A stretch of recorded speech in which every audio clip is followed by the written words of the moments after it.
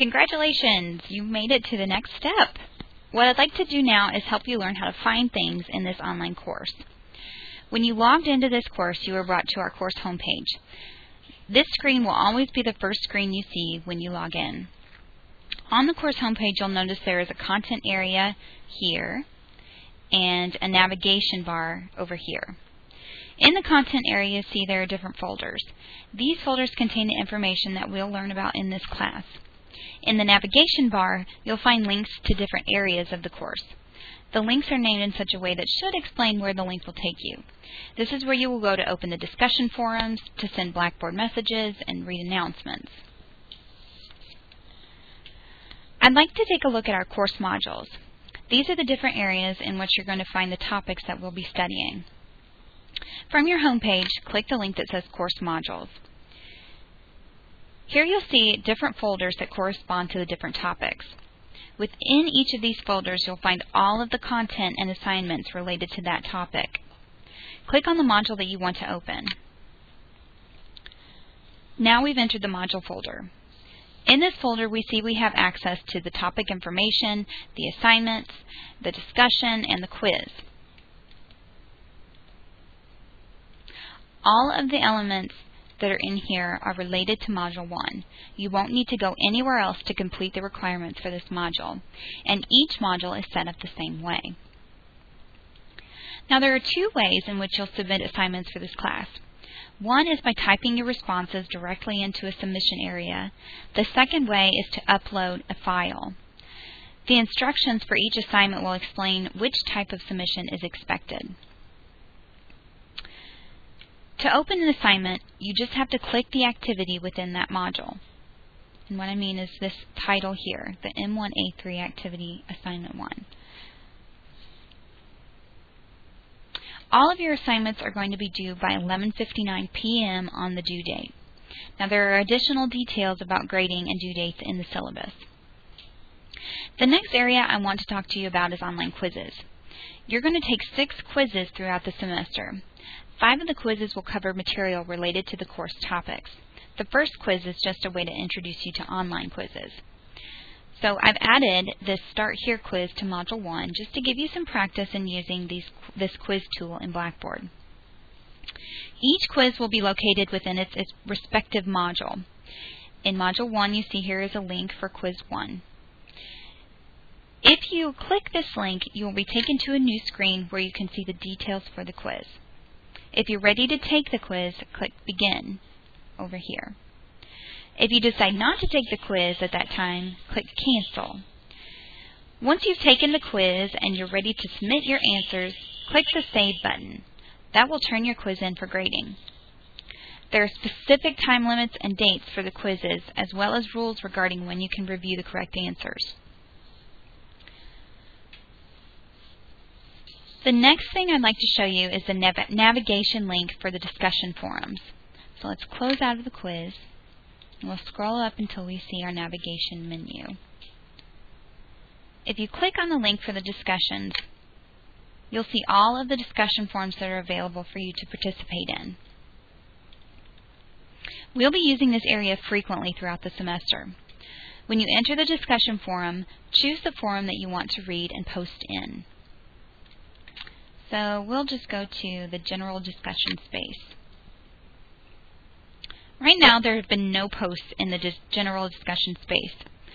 When you enter the discussion forum and you want to post your original first thread, you click the button Create Thread. Type in a subject that's meaningful. I'll say question about the week 1 reading. And then type in your message. Once you are satisfied with what you've put in the message box, click Submit. Now you'll see your post in the general discussion space. Now you can also read other posts and respond to other posts. And there are a couple of ways to do this. You can click on individual messages to read them. And from here, click Reply to post your reply.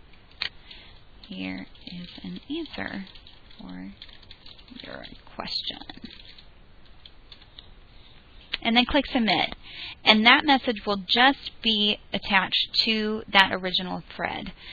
So this won't be posted, this response won't be posted to the general discussion space.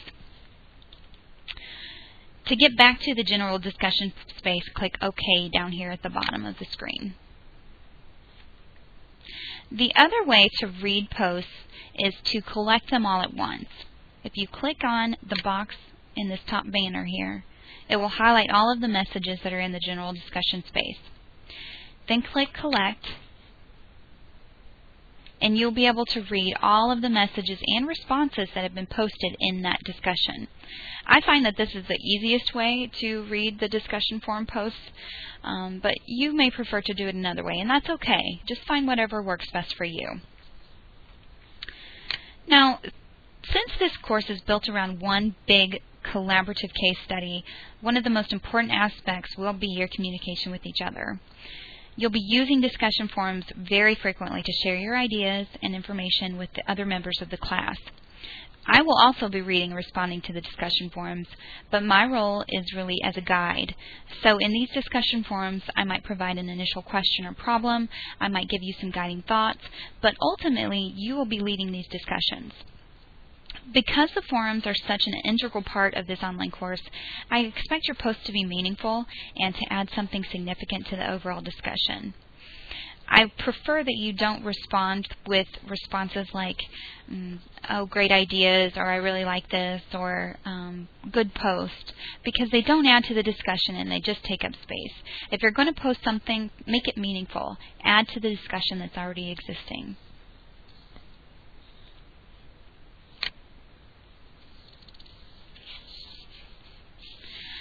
So we've covered some of the basics of navigating the online 377 course. I would really like you to take some time to explore the course on your own now. If you discover that you're having some trouble or something isn't working for you, please get in touch with me. Next, I would like you to review the course syllabus and schedule. Make sure that this information makes sense to you. It serves as our contract with one another, so you're responsible for all of the information that's contained within the syllabus.